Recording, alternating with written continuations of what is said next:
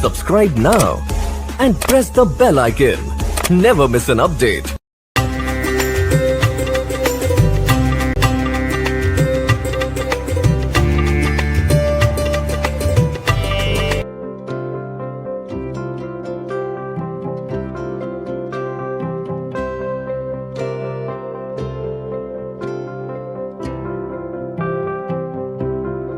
चलिए दोस्तों, अगली बात करते हैं कि हमको भीमाशंकर कैसे पहुंचना है। दोस्तों, भीमाशंकर पहुंचने के लिए आपके पास मेजर दो ऑप्शन आते हैं। पहले ऑप्शन की अगर मैं बात करूं तो वो है आपका बाई ट्रेन का। दोस्तों, यदि आप ट्रेन से आना चाहते हैं तो जो नजदीकी रेलवे स्टेशन है वो है आपका पुणे जंक्शन रेलवे स्टेशन। दोस्तों, देश के प्रमुख शहरों से, प्रमुख राज्यों से आपको पुणे तक की वेल कनेक्टिविटी देखने को मिल जाएगी ट्रेन की। तो आप पुणे तक आइए और पुणे रेलवे स्टेशन से आपकी बाई रोड यात्रा होती है 120 किलोमीटर की और आप जाके भीमाशंकर पहुंचेंगे। तो इस तरीके से आपका पहला ऑप्शन था कि यदि आप बाई ट्रेन से आना चाहते हैं। अभी आगे मैं आपको बताऊंगा कि आपको बाई रोड जर्नी कैसे ट्रेवल करनी है। दूसरे ऑप्शन की अगर हम बात करें तो वो है आपका बाई फ्लाइट का। जैसे यदि आप फ्लाइट से आना चाहते हैं तो जो नजदीकी एयरपोर्ट है वो है आपका पुणे का इंटरनेशनल एयरपोर्ट। तो यदि आप फ्लाइट से आना चाहते हैं तो आप पुणे तक डायरेक्ट फ्लाइट आपको देखने को मिल जाएगी विभिन्न राज्यों से, विभिन्न शहरों से। तो आप फ्लाइट के माध्यम से आ जाइए और पुणे एयरपोर्ट से आप लगभग 120 किलोमीटर की यात्रा तय करके आप फाइनली भीमाशंकर पहुंच जाएंगे। चलिए दोस्तों, अगली बात करते हैं कि हमको पुणे से 120 किलोमीटर की जो भीमाशंकर की दूरी है उसको कैसे ट्रैवल करना है। तो दोस्तों, पुणे रेलवे स्टेशन से लगभग 5 किलोमीटर की दूरी पर स्थित आपको एक पड़ेगा शिवाजी नगर बस स्टैंड। तो पुणे रेलवे स्टेशन से आपको ऑटो मिल जाएगी। ऑटो टैक्सी लेके आप 80 रुपए 100 रुपए देकर आप डायरेक्टली पहुंचेंगे शिवाजी नगर बस स्टैंड और वहां से आपको भीमाशंकर के लिए डायरेक्ट बस कनेक्टिविटी देखने को मिल जाएगी। अगर मैं बात करूं शिवाजी नगर बस स्टैंड से आपको जो बसेस की, वो आपकी चलती है महाराष्ट्र की स्टेट रोड ट्रांसपोर्ट की बस, जो कि आपको डायरेक्ट 3 से 4 घंटे में भीमाशंकर पहुंचा देगी।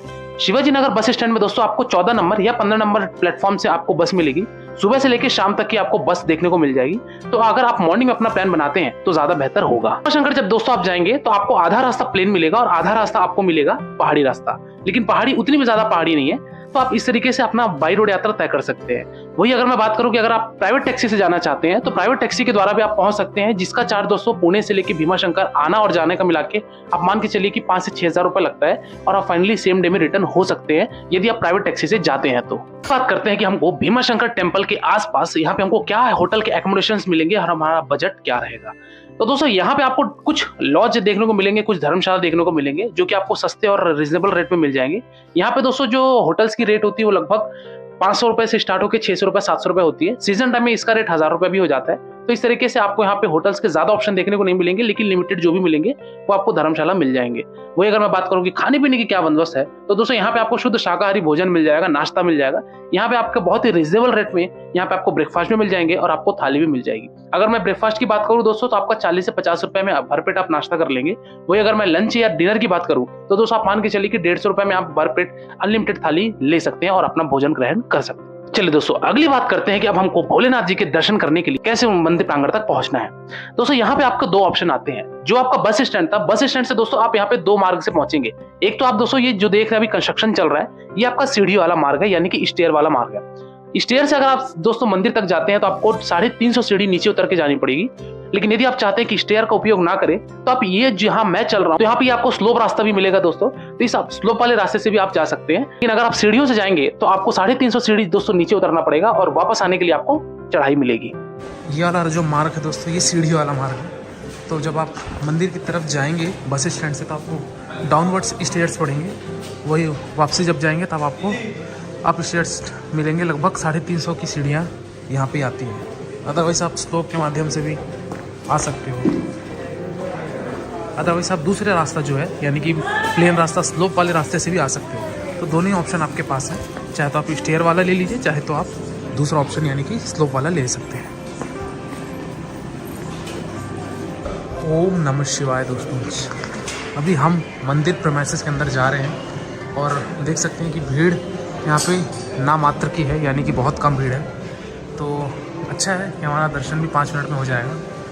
तो बेस्ट टाइम यही है कि आप ऑफ सीजन पे आए, तब आपको भीड़ ज़्यादा नहीं मिलेगा। तो दोस्तों ये रहा आपका महादेव के मंदिर का मेन एंट्रेंस। यहाँ पे दोस्तों आपको मैं एलईडी स्क्रीन पे आपको महादेव जी के ज्योतिर्लिंग के दर्शन करवा देता हूँ।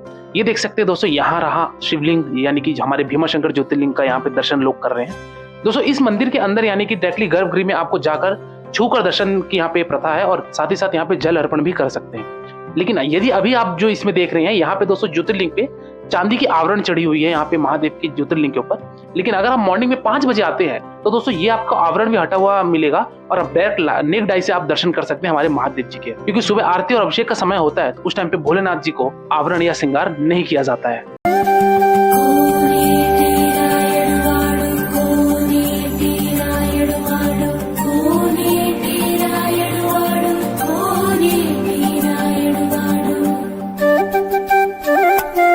हालांकि पूरी तरीके से आपको साइन बोर्ड बने हुए हैं कि कैसे जाना है, तो वहाँ से 2 किलोमीटर की ट्रैक होती है, तो वो आप कच्चे रास्ते से जाएंगे। और कि हमको इस भीमाशंकर ज्योतिर्लिंग दर्शन करने के लिए हमको एक व्यक्ति का कुल खर्चा कितना लग जाएगा। तो दोस्तों यदि मैं बात करूं कि यदि आप 1 नाइट का ट्रिप बनाते हैं तो आप दोस्तों मान के चलिए कि आपका एक व्यक्ति का मैक्सिमम जो खर्चा आएगा वो 1500 रुपए का आएगा और आप महादेव जी के दर्शन कर लेंगे। वही अगर मैं बात करूं दोस्तों कि यदि आप सुबह आकर शाम को अपने प्रस्थान ले लेते हैं तो इस केस में दोस्तों आप ये मान के चलिए कि आपका मैक्सिमम टू मैक्सिमम 500 से 700 रुपए खर्चा आएगा और आप सेम डे पुणे से भीमाशंकर जाएंगे और भीमाशंकर से रिटर्न आ जाएंगे। क्योंकि दोस्तों जो बस का किराया होता है दोस्तों वो दोस्तों आपको 185 रुपीज पड़ता है पुणे से लेके भीमाशंकर तक का। तो दोस्तों इस तरीके से आप मान सकते हैं कि 350 से 400 रुपए आपका बस का किराया हो गया और आप वहां लंच करेंगे और ब्रेकफास्ट करेंगे तो इस तरीके से आप मान के चलिए कि 500 से 700 मैक्सिमम आपको खर्चा मिलेगा और आप सेम डे में अपनी भीमाशंकर की यात्रा कर सकते हैं। तो लास्ट बस मिलती है वो 6 बजे शाम की मिलेगी और शाम को आप अपनी 6 बजे से वापसी पुणे के लिए ले सकते हैं। तो इस चीज का ध्यान रखिएगा कि आपको 6 बजे के बाद अगर आप लेट करते हैं तो आपको अगेन फिर से 1 नाइट का स्टे रखना पड़ जाएगा। तो बेहतर है